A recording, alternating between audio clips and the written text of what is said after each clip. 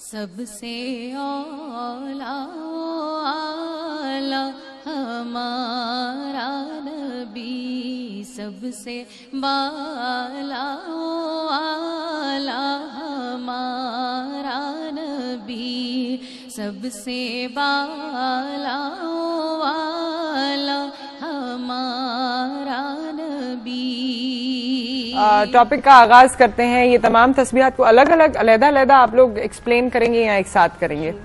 دیکھیے، سب سے پہلے آغاز کلام ربانی سے کرتے ہیں کہ بہت خوبصورت موضوع سب سے پہلے تو کہ آج آپ نے یہ چنا، کیونکہ ہم عمومی طور پہ گفتگو کرتے ہوئے ان کلمات کا بہت زیادہ استعمال کرتے ہیں۔ بعض لوگوں کو ان کے تراجم معلوم ہوتے ہیں، بعض کو نہیں معلوم ہوتے۔ ہم آیت ربانی سے اس سبق کو آغاز کرتے ہیں کہ اللہ رب العزت نے ارشاد فرمایا فَاذْكُرُونِی أَذْكُرْكُمْ، کہ پس تم میرا ذکر کرو میں تمہارا ذکر کروں۔ اب دیکھیے، ہم جب اللہ رب العزت کا ذکر کرتے ہیں، ہم دنیا میں کرتے ہیں، کبھی اس کو سبحان اللہ کہہ کر اللہ پاک ہے پکاریں، کبھی اس کی حمد و ثنا بیان کرتے ہوئے الحمدللہ کہہ رہے ہیں، کبھی اس کے کوئی خوبصورت شاہکار دیکھا تو ماشاء اللہ کہہ رہے ہیں، کبھی کوئی اچھی بات سنی تو دیگر کلمات کے اللہ کتنا بلند ہے، اس طرح کی باتیں ہم کہہ رہے ہیں عربی میں، اردو میں۔ تو ان تمام ذکر و اذکار کرنے کا دراصل مقصد کیا ہے؟ مقصد اللہ رب العزت نے کلام مجید میں ارشاد فرمایا کہ تم میرا ذکر کرو میں تمہارا ذکر کروں گا۔ ہم زمین پہ رب کعبہ کا ذکر کرتے ہیں، اللہ رب العزت ملائکہ کے درمیان ہمارا ذکر کرتا ہے۔ مطلب ہم اصل میں اللہ کا ذکر کر رہے ہیں، لیکن بلندیاں ہمیں ہی مل رہی ہیں، رفعتیں ہمیں ہی مل رہی ہیں۔ اللہ رب العزت اپنا ذکر کرنے پہ نواز رہا ہے، اور کس طرح کے ملائکہ کے ساتھ ہمارا ذکر کر رہا ہے۔ اب دیکھیں، شریعت مطہرہ اور نبی کریم صلی اللہ علیہ وآلہ وسلم کی تعلیمات سے ہمیں اور آپ کو جو سبق ملتا ہے، حضور علیہ الصلوۃ والسلام نے تربیت فرمائی کہ جب بھی بات کرو تو اچھے الفاظ کا استعمال کرو، اللہ رب العزت کی حمد و ثنا بیان کرو۔ اس لیے دیکھیں، الحمدللہ یعنی اللہ رب العزت کے لیے تمام تعریفیں ہیں۔ یہ ذکر ہم کرتے ہیں کب؟ جب کوئی کہے کہ آپ کے جو ہے وہ لہجہ بہت اچھا ہے، آپ کا گھر بہت اچھا ہے، آپ کے پاس کوئی بھی چیز جس کی تعریف کی جائے تو آپ شکرانے کے طور پہ کہتی ہے الحمدللہ۔ اب اس سے دو فائدے ہوتے ہیں، ایک تو آپ نے اللہ کی حمد و ثنا بیان کی، دوسرا جس نعمت کا ذکر کیا جا رہا ہے اس الحمدللہ کہہ دینے کی وجہ سے اللہ رب العزت اس نعمت میں اضافہ فرماتے ہیں۔ یہ بہت خوبصورت بات ہے کہ ہم اپنی جو نعمتوں کا شکریہ ادا کرتے ہیں، ایک تو شکریہ بھی ادا ہو رہا ہے، اوپر سے اللہ رب العزت ان میں اضافہ کر رہا ہے۔ یا کوئی اچھی بات ہم سنتے ہیں تو فوراً ہم کہتے ہیں سبحان اللہ۔ اس کے بھی دو کانسیپٹ ہیں، وہ کیا کہ جتنی بھی اچھی بات ہو، جتنی بھی بڑائی والی بات ہو، کوئی ہم کتنی خوبصورت چیز یا شے کیوں نہ دیکھ لیں، لیکن ہمیں بات یاد رہتی ہے کہ اس سے بھی زیادہ خوبصورت ہمارا رب ہے، اس سے بھی زیادہ پاک ہمارا رب ہے۔ اس لیے ہم کتنی بھی اچھی کوئی چیز دیکھ لیں، اس کو دیکھ کر یا اچھی بات سن کر ہم کہتے ہیں سبحان اللہ۔ ایک اور یہاں وضاحت کرتی چلوں، ہمارے جو بچے اب اسکول جانے کی عمر کے ہیں، بالکل اپ برنگنگ ایج جو ہوتی ہے، ان میں ہم بچوں کو سکھاتے ہیں کہ جب آپ سیڑھیاں چڑھیں تو اللہ اکبر کہیں، اور when we go down stairs تو ہم نے سبحان اللہ کہنا ہے۔ اس کا کیا وہ ہے؟ دیکھیے، اس کا آپ ایکسپلین کیجئے گا، کیونکہ باقی یہ بات بڑی اہم ہے جو یہ کہنے جا رہی ہیں، اور یہ بات اکثر بڑوں کو بھی نہیں پتا، لیکن اب بچوں میں کوشش کرتے ہیں والدین بھی اور ٹیچرز بھی کہ جب سیڑھیاں چڑھیں آپ اللہ اکبر کہیں، اور جب نیچے اتریں تو سبحان اللہ کہیں۔ اور یہ اکثر سیڑھیوں کی جگہوں پر، سٹیئرز کی جگہوں پر لکھا ہوا بھی ہوتا ہے، لیکن اس کی اہمیت کیا ہے یا افادیت کیا ہے اس پہ بھی بات کرنی ہے، لیکن جہاں سے ہم نے منقطع کیا تھا سلسلہ اپنا آپ کے ساتھ گفتگو کا، وہیں سے اس کو جوڑ دیجئے۔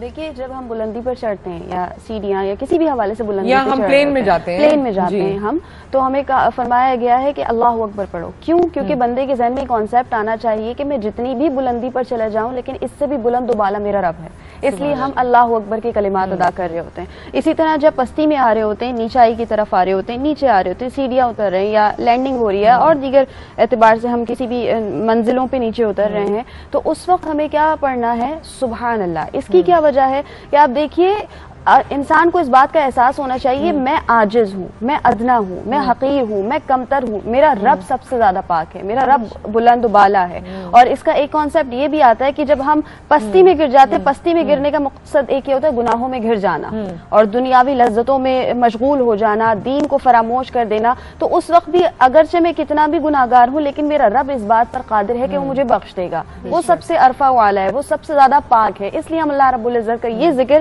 نیچے جاتے جاتے ہوئے پستی میں جاتے ہوئے سبحان اللہ کی کلمات بلند کرتے ہیں. ابھی حضرت فرما رہے تھے کہ نبی کریم صلی اللہ علیہ وآلہ وسلم نے سبحان اللہ وبحمدہ سبحان اللہ العظیم کا ذکر فرمایا.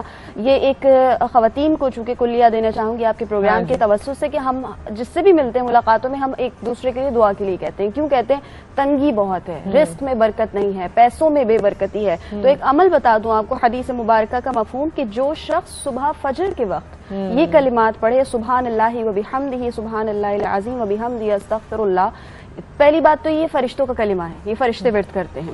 اور جب ہم پڑھیں گے تو اللہ رب العزت حدیث مبارک میں آتا ہے کہ اللہ رب العزت غیبی دروازے کھول دے گا اور رزق کی فراوانی ہو جائے گی. تو جن لوگوں کو رزق کی تنگی ہے, پیسوں میں بے برکتی ہے, تو انہیں چاہیے کہ فجر کی نماز, ایک تو ہم نمازیں بہت کم پڑھتے ہیں آپ کو پتہ ہے, تو نمازوں کی کوتاہی ہرگز نہ کیجیے, کثرت کے ساتھ نمازیں پڑھیے. اور نماز فجر کے دوران یہ ذکر جب آپ کریں گے فرائض کے بعد کر لیجیے, فرائض سے پہلے کر لیجیے, جیسے بھی آسانی ہو. تو آپ دیکھیے چند دنوں میں یہ عمل اگر آپ کنٹینیوسلی کریں گی تو اللہ رب العزت آپ کو غیبی طور سے امداد فرمائے گا. اور اس کی کوئی تعداد بھی ہے یا ایک تسبیح پڑھ لیں, بس ایک تسبیح پڑھ لیں جو رفلی 100 یا 101 مرتبہ. 100 مرتبہ. آج ہماری بہن نے جو پوچھا تھا کہ مشکلات حل ہونے کے لیے جو چلتے پھرتے, جی جس طرح قبلہ نے بھی فرمایا تھا کہ افضل الذکر لا الہ الا اللہ, اسی طرح میں آپ کو کہنا چاہوں گی کہ جب ہم نماز پڑھتے ہیں تو ایک روٹین بنا لیں, بہت ایزی ہو جاتا ہے. چلتے پھرتے بھی پڑھیں, ہر نماز کے بعد ایک ایک تسبیح پڑھ لیں, کلمہ طیبہ لا الہ الا اللہ اور درود پاک جو آسانی سے آپ کو یاد ہو, اور استغفار جس طرح بھی آپ ذکر کر رہی, انشاءاللہ آگے ذکر کریں گے. استغفار کی بھی بہت برکتیں ہیں,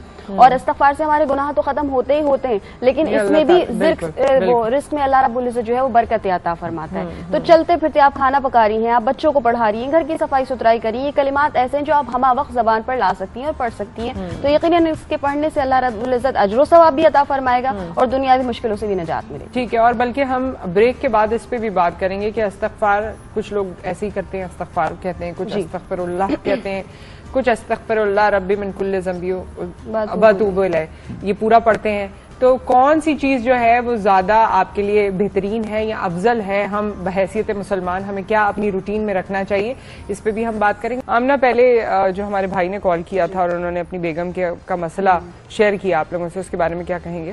جی, سب سے پہلے تو یہ عرض کروں گی کہ دیکھیں وہم کا کوئی علاج نہیں ہوتا. ہم اگر کسی ڈاکٹر کے پاس بھی لے جائیں گے تو وہم کا علاج نہیں. اور آج کل افسوس کے ساتھ کہنا پڑتا ہے خواتین کو اس شک کی بیماری ہو گئی ہے کہ اکثر لوگ یہ جو ہے سمجھتی ہیں خواتین کہ ہم پر جادو کروا دیا گیا ہے. تو اگر ایسا ہے بھی یا نہیں بھی ہے, صرف ان کا وہم ہے, تو ان کے ہسبینڈ کو میں کہوں گی کہ اول آخر درود پاک پڑھ کے 11 مرتبہ سورہ فلق اور 11 مرتبہ سورہ ناس پڑھ کے ان پہ دم کریں, یا پانی پر دم کر کے وہ دم کیا ہوا پانی ان کو پلا دے, تو انشاءاللہ اس کا وہم بھی ختم ہو جائے گا. اور یہ اصل میں نظر بد اور جادو کے توڑ کے لیے ہے. آپ کو معلوم ہے جب یہ صورتیں نازل ہوئی تو ان کا شان نزول بھی اسی حوالے سے ذکر کیا جاتا ہے کہ نظر بد اور جادو کا توڑ ختم کرنے کے لیے, جادو کو ختم کرنے کے لیے جو ہے وہ سورہ فلق اور سورہ ناس, جن کو معوذتین بھی کہا جاتا ہے, یہ پڑھا جاتا ہے.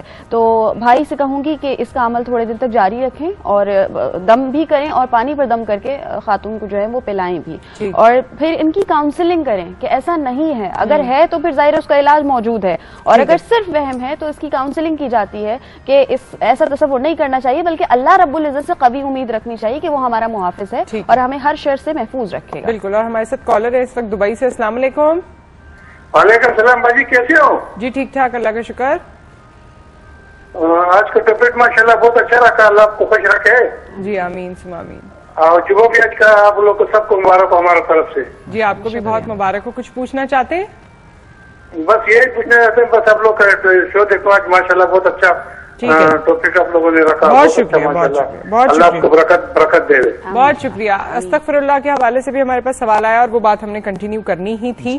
پہلے میرے خیال میں اسے کنٹینیو کر لیتے ہیں, پھر مسز اطہر کا وہ جو سجدے والا سوال تھا اس کے بارے میں بھی بتا دیجیے گا. استغفر اللہ کے بارے میں. جی, استغفار کے بارے میں جس طرح آپ ذکر کر رہی تھی کہ بعض لوگ صرف استغفار کہتے ہیں, تو استغفار کہہ دینا خالی کافی نہیں ہوتا. استغفر اللہ ربی من کل ذنب واتوب الیہ بھی پھر آگے لگا لیں, یا پھر اس سے زیادہ بڑا بھی ہوتا ہے استغفر اللہ العظیم الذی لا الہ الا هو الحی القیوم واتوب الیہ, یا پھر ہوتا ہے ہمارا 5واں کلمہ. ٹھیک ہے, یا لوگ صرف استغفر اللہ کہہ دیتے ہیں, وہ بھی کافی نہیں ہے. ٹھیک ہے, صرف استغفار جو ہم کہتے ہیں نا یہ کافی نہیں ہے. اچھا, گناہوں سے کمی تو ہوتی ہی ہوتی ہے اس کلمہ میں, آپ کو پتہ ہے بے شمار فیوز و برکات اس کے حاصل ہوئے. صرف ایک واقعہ اس حوالے سے ذکر کرنا چاہوں گی کہ ہماری بہت ساری دعائیں ہوتی ہیں جو رکی ہوئی ہوتی ہیں, کام اٹکے ہوئے ہوتے ہیں. تو استغفار کی ورد کرنے والے کو اللہ رب العزت کیسے فیوز و برکات سے نوازتا ہے. حضرت امام احمد بن حنبل رضی اللہ تعالیٰ عنہ کے حوالے سے واقعہ بڑا مشہور ہے کہ آپ ایک شہر میں گئے اور وہاں آپ کو کوئی جانتا نہیں تھا. ظاہر ہے اس زمانے کی بات ہے جب میڈیا اتنا زیادہ نہیں تھا, لوگ نہیں جانتے تھے, جب صرف دیکھا کرتے تھے, زیارت ہوتی تھی تبھی معلوم ہوتا تھا یہ کون بزرگ کون شخصیت ہے. حضرت امام احمد بن حنبل گئے ایک مقام پر جہاں لوگ آپ کو جانتے نہیں تھے, تو آپ نے ایک مسجد میں قیام کیا, اور مسجد جب عشاء کی نماز ختم ہو گئی تو مسجد کے جو خدمت گزار تھے وہ نہیں جانتے تھے آپ کو, لہٰذا انہوں نے مسجد سے باہر آپ کو نکالنے کی کوشش کی. تو آپ نے کہا میں یہاں رہنا چاہتا ہوں, قیام کرنا چاہتا ہوں, لیکن انہوں نے نہیں سنا اور ایک طرح سے کہہ لیجیے کھینچ کر آپ کو مسجد سے باہر نکال دیا. اب آپ باہر سوچ رہے کہ میں کہاں جاؤں, ظاہر ہے کوئی جان پہچان والا نہیں, ایک شخص گزر رہا تھا اپنے ہی مستی میں, اس نے آپ کو دیکھا اپنے گھر لے گیا, اپنے گھر لے گیا, کھانا کھلایا, رات کو بستر دیا, آپ آرام فرما ہوئے اس کے گھر پہ. صبح جب آپ بیدار ہوئے تو وہ دوبارہ آپ کے پاس آیا, لیکن آپ ایک بات اس کے حوالے سے دیکھ رہے تھے کہ مستقل وہ کچھ پڑھ رہا تھا. تو حضرت امام احمد بن حنبل سے جب صبح اس کی ملاقات ہوئی تو آپ نے پوچھا تم رات بھر سے کیا پڑھ رہے ہو؟ تو کہا میں استغفار پڑھتا ہوں. تو حضرت امام احمد بن حنبل کتنے بڑے امام ہیں, لیکن پھر بھی اس سے پوچھتے ہیں کہ تمہیں اس عمل سے کیا فائدہ ہوا؟ تو وہ کہتا ہے میری ساری دعائیں پوری ہو گئی ہیں اس عمل کی وجہ سے, استغفار سے, صرف ایک خواہش رہ گئی ہے. امام احمد بن حنبل پوچھتے ہیں وہ کیا؟ کہا کہ میں نے سنا ہے کوئی امام احمد بن حنبل ہیں, میں ان کی زیارت کرنا چاہتا ہوں. تو حضرت امام احمد بن حنبل بہت خوش ہوئے, اللہ کا شکر ادا کیا اور کہا کہ دیکھو اس وجہ سے مجھے پتا چلا کہ مسجد سے کیوں نکالا تھا, کہ میں دنیا کے کسی بھی کونے میں ہوتا تو اللہ رب العزت مجھے تمہارے سامنے پیش کر دیتا, اس وجہ سے کہ تم استغفار پڑھتے ہو. تو ہمارے جو کام نہیں ہو پا رہے, جو دعائیں رکی ہوئی ہیں, اگر ہم استغفار کی کثرت کر دیں تو گناہوں میں تو کمی آئے گی, توبہ تو قبول ہوگی, لیکن بگڑے ہوئے کام بھی بن جائیں گے. بہت خوب, بہت خوب. ہمارے ساتھ کالر ہیں. السلام علیکم. وعلیکم السلام. ہاں جی. وعلیکم السلام جی, میں شیم بات کر رہی ہوں کارڈا سے. میں نے یہ پوچھنا ہے سر کہ ہاں جی آپ بتائیے. کہ میرے بچے ہیں, 2 بیٹیاں ہیں, 2 بیٹے, بیٹیاں سیکنڈ ایئر کی اسٹوڈنٹ ہے جی, اور بیٹا ایک 7th کا ہے, ایک 3 کا جی. میں یہ چاہتی ہوں کہ وہ نمازی ہو جائیں. میں بہت کوشش کرتی ہوں, میرے بچے نماز کی طرف نہیں آتے. آپ خود پڑھتی ہیں نماز؟ جی جی الحمدللہ. ٹھیک ہے جی, تو آن ایئر ہم اس پہ بات کر لیتے ہیں. جی آمنہ. جی دیکھیں سب بہت اچھا سوال آپ نے کر دیا, ورنہ میں یہی سوال کرنے والی تھی کہ اصل میں بچے جو گھر میں ماحول دیکھتے ہیں نا اسی کو فالو کر رہے ہوتے ہیں. اگر والدین نمازی ہیں تو آج نہیں کل لیکن بچے ضرور نماز پڑھیں گے. آپ نماز کی افادیت بتائیے. دیکھیں وہ بھی ایک ماں تھی کہ جو جا نماز کے نیچے شکر کی پڑیاں رکھ دیا کرتی تھی, آپ کو پتہ ہے نا. حضرت بابا فرید شکر گنج علیہ الرحمہ کی والدہ جو تھی وہ بھی نماز کی ترغیب دیا کرتی تھی. تو کچھ اس طرح اگر بچے نہیں پڑھ رہے یا ان کا دل ابھی فی الوقت نماز کے لیے نہیں چاہ رہا تو آپ ان کے لیے کوئی پریزنٹس پلان کریں کہ بھائی تم نماز پڑھو گے تو میں یہ گفٹ دوں گی, یہ چیز ملے گی تمہیں سویٹس دوں گی. تو اس طرح بچوں کی آہستہ آہستہ عادت بنے گی اور انشاءاللہ جب ان کو شعور آ جائے گا کہ نماز کیا ہے تو وہ یقیناً نماز نہیں چھوڑیں گے. اچھا میں نے تو دیکھا ہے بہت چھوٹے بچے جو پری نرسری کے لیول کے ہوتے ہیں, 3-4 سال کی عمر کے یا 2.5 سال کے بعد, کیونکہ اب ایڈمیشنز ہو جاتے ہیں, ان میں بھی جب ٹیچرز وغیرہ ان کو کہانیاں سناتے ہیں اور یہ بتاتے ہیں نا کہ جنت کا کانسیپٹ یا ہم سب جنت میں جائیں گے تو کیا ہوگا, تو وہاں سے میرے خیال میں وہ چیزیں جو اور زیادہ اجاگر ہوتی ہیں اور پھر یہ تمام کو ریلیٹ کرتی ہیں, پھر انہیں نماز کی اہمیت بھی سمجھ آتی ہے, پھر انہیں عبادت کی اہمیت بھی سمجھ آتی ہے. تو بچپن سے تھوڑا تھوڑا بتاتے رہیں, پھر وقت کے ساتھ پھر کاموں میں رکاوٹیں اور ایسی چیزیں ہیں زندگی میں, گولز بنتے جاتے ہیں, ان گولز کی اچیومنٹ کے لیے ہم وہاں پر ان کو یہ بتا سکتے ہیں. تو یہ تمام چیزیں میرے خیال میں پارٹ پلے کریں گی. کیا کہیں گے علامہ صاحب؟ دیکھیں اللہ تبارک وہی بات آ گئی, اللہ تبارک و تعالیٰ نے انسان کو ایک بہترین زندگی گزارنے کا طریقہ عطا فرمایا دین اسلام کی صورت میں. ہاں جی. تو ہماری روزمرہ کی زندگی ہے وہ ڈیپینڈ کرتی ہے کہ ہمارے اوقات جو ہیں وہ درست ہو جائیں, ہم وقت پر جو ہے اسکول جائیں, وقت سے اسکول پر واپس آئیں, وقت پہ اپنے تمام روزمرہ زندگی کے امور جو ہیں وہ پایہ تکمیل تک پہنچائیں.